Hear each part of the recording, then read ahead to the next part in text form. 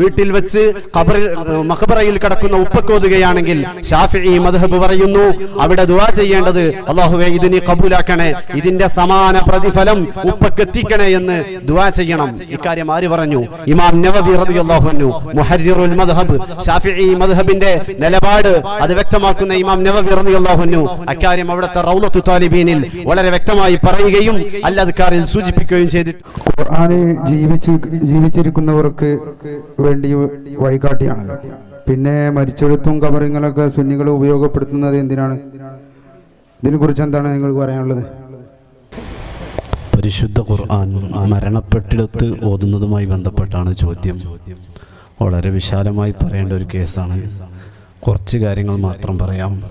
നേരത്തെ ഉസ്താദ് സൂചിപ്പിച്ചതുപോലെ നബി സല്ലല്ലാഹു അലൈഹി വസല്ലമ തങ്ങളിൽ നിന്നും ഇമാം ഇബ്നു ഹിബ്ബാൻ റളിയല്ലാഹു അൻഹു സ്വഹീഹിൽ ഉദ്ധരിച്ച ഹദീസ് ഇഖ്റഉ യാസീൻ സൂറത്ത് യാസീൻ അലാ മൗതാക്കും, യാസീൻ സൂറത്ത് മരണപ്പെട്ടവരുടെയും മരണം ഹാദിറായവരുടെയും മരണാസന്നരുടെയും അടുത്ത് ഓതണമെന്ന ആ ഹദീസിന് പണ്ഡിതന്മാർ വ്യാഖ്യാനം നൽകിയത്, ഇബ്നുൽ ഖയ്യിം അടക്കം വ്യാഖ്യാനം നൽകിയത് മരണപ്പെട്ടവരും അതിൻ്റെ പരിധിയിൽപ്പെടും, മരണമാസന്നമായവരും പെടും എന്നാണ്. അതടിസ്ഥാനത്തിൽ സ്വഹാബത്ത് റളിയല്ലാഹു തആല അൻഹും സംഘമായി പോയി മരണപ്പെട്ട സ്വഹാബത്തിൻ്റെ ഖബറിങ്ങൾ ഖുർആൻ ഓതിയിരുന്നു എന്ന് ഇബ്നു ഖയ്യിമുൽ ജൗസിയ്യ ഇസ്ലാഹി പ്രസ്ഥാന ചരിത്രത്തിനൊരു ആമുഖം എന്ന ഗ്രന്ഥത്തിൽ ആ പ്രസ്ഥാനത്തിൻ്റെ പതാകവാഹകൻ എന്ന് പരിചയപ്പെടുത്തപ്പെട്ട വ്യക്തിയാണ്. അപ്പം അദ്ദേഹം തന്നെ പറഞ്ഞിട്ടുണ്ട്, നബി സല്ലല്ലാഹു അലൈഹി വസല്ലമ തങ്ങളെ സ്വഹാബത്തും താബിഈങ്ങളും തബഉ താബിഈങ്ങളും ഒക്കെ ഇതേ ഒരു ശൈലിയാണ് പിന്തുടർന്നിട്ടുള്ളത്. ഇമാം ബുഖാരി റളിയല്ലാഹു അൻഹുവിന്റെ ഉസ്താദായ മുഹമ്മദ് ബിൻ ഇസ്ഹാഖ് റളിയല്ലാഹു അൻഹു, സഹീഹുൽ ബുഖാരിയുടെ കർത്താവ് ബുഖാരി ഇമാമിന്റെയും ഇമാം മുസ്ലിമിന്റെയും ഉസ്താദാണ്. ഈ മുഹമ്മദ് ബിൻ ഇസ്ഹാഖ് റളിയല്ലാഹു അൻഹു നബി സല്ലല്ലാഹു അലൈഹി വസല്ലമ തങ്ങളുടെ പേരിൽ ആയിരക്കണക്കിന് ഖത്മ് തീർത്തതായി ഹാഫിദുൽ ദഹബിയുടെ താരീഖുൽ ഇസ്ലാം അടക്കം ചുരുങ്ങിയത് 25 കിതാബുകളിൽ നമുക്ക് കാണാൻ കഴിയും. ബഹുമാനപ്പെട്ട ഇമാം ഷാഫിഈ റളിയല്ലാഹു അൻഹു മരണപ്പെട്ടവരുടെ അല്ലെങ്കിൽ ഖബറിന്റെ അടുക്കൽ ഖുർആൻ ഓതുന്നതിനെ എതിർത്തിട്ടുണ്ട് എന്നൊക്കെ ബിദ്അത്തുകാർ പറയാറുണ്ട്. സത്യത്തിൽ ഇമാം ഷാഫിഈ റളിയല്ലാഹു അൻഹു പറഞ്ഞത് ഖബറിന്റെ അടുത്തും മരണപ്പെട്ട വ്യക്തിയുടെ അടുത്തും ഖുർആൻ ഓതണം. വ ഇൻ ഖതമു കാന ഹസന, ഖുർആൻ ഖത്ം തീർത്താൽ അതാണ് ഏറ്റവും നല്ലത് എന്നാണ് ഷാഫിഈ ഇമാം റളിയല്ലാഹു അൻഹു പറഞ്ഞത്. അതേ ഷാഫി ഇമാം റളിയല്ലാഹു അൻഹു ഇക്കാര്യം പറഞ്ഞത് ഇമാം നവവി റളിയല്ലാഹു അൻഹു ഹദീസ് ക്രോഡീകരിച്ച് എഴുതിയ ഗ്രന്ഥമായ റിയാദുസ് സ്വാലിഹീനിലും, അത് ഹദീസും അതുമായി ബന്ധപ്പെട്ട രേഖ ഞാൻ ആദ്യം പറഞ്ഞു.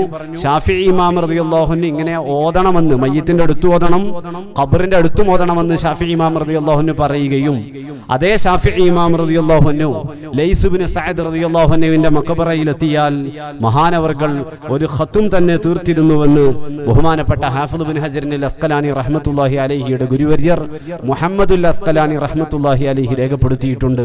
ഇമാം ബദറുദ്ദീൻ അൽ-ഐനി രേഖപ്പെടുത്തിയിട്ടുണ്ട്. ഇമാം ഉലൈമി രേഖപ്പെടുത്തിയിട്ടുണ്ട്.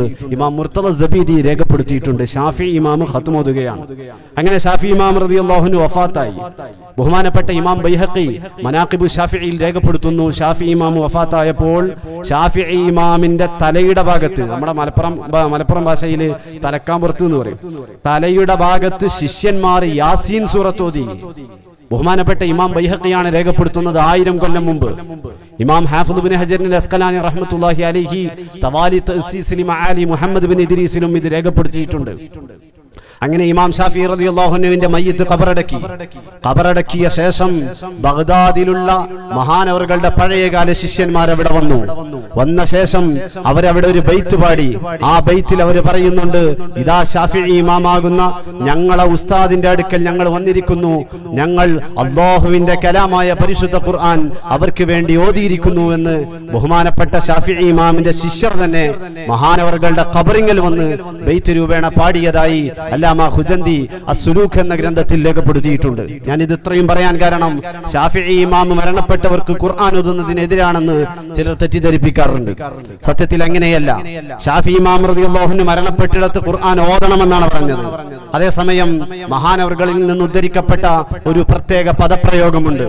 ആ പദപ്രയോഗത്തിന്റെ അർത്ഥം തിരിയാതെ മരണപ്പെട്ട വ്യക്തിക്ക് സവാബ് പ്രതിഫലം ചേരില്ല എന്ന് ഷാഫി ഇമാമിന്റെ ഒരു പ്രയോഗമുണ്ട്. അപ്പറഞ്ഞതിന്റെ അർത്ഥം തിരിയാത്തവരാണ് സത്യത്തിൽ ബിദ്അത്തുകാരായ ആളുകൾ. ബഹുമാനപ്പെട്ട ഇമാം ഖറാഫി റഹിമഹുല്ലാ അൽ ഫുറൂഖ് എന്ന ഗ്രന്ഥത്തിൽ പ്രത്യേകം ഓർമ്മപ്പെടുത്തുന്നുണ്ട്, മയ്യിത്തിന്റെ അടുത്ത് ഓതലൊന്ന് വേറെയാണ്, മയ്യിത്തിന് ഉപകാരം ലഭിക്കലൊന്ന് വേറെയാണ്. ഇത് രണ്ടും കൂട്ടിക്കെട്ടേണ്ടതില്ല എന്ന് മഹാനവറുകൾ രേഖപ്പെടുത്തുന്നുണ്ട്. അപ്പൊ വീണ്ടും സംശയം വന്നേക്കാം, മയ്യിത്തിന് ഉപകരിക്കില്ലേ എന്ന്. തീർച്ചയായും ഉപകരിക്കും. പരിശുദ്ധ ഖുർആൻ തന്നെ പറഞ്ഞത് വഇദാ ഖുരിഅൽ ഖുർആനു ഫസ്തമിഉ ലഹു വഅൻസിതു ലഅല്ലകും തുർഹമൂൻ.